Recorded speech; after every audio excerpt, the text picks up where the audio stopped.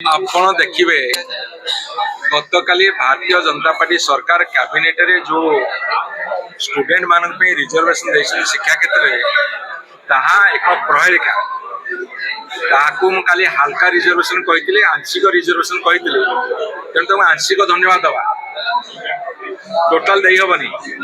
ତାର କାରଣ ହେଉଛି ଯେ +2 +3 ପିଜି ଆଉ ଯେଉଁ ଦୁଇ ତିନିଟା ଦେଇଛନ୍ତି जोटिकी टोटाली सीट भैकेंसी पड़ुची फिलअप होनी सेठी माने रिजर्वेशन देइछथि।